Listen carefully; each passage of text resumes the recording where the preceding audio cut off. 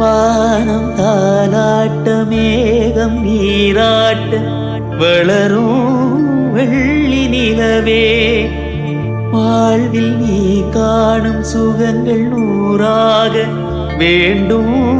தங்கச் சிலையே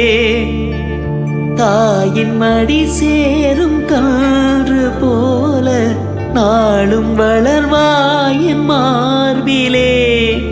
சேகுன் முகம் பார்க்க துன்பம் தீரும் காலம் கனியாகும் தேவியே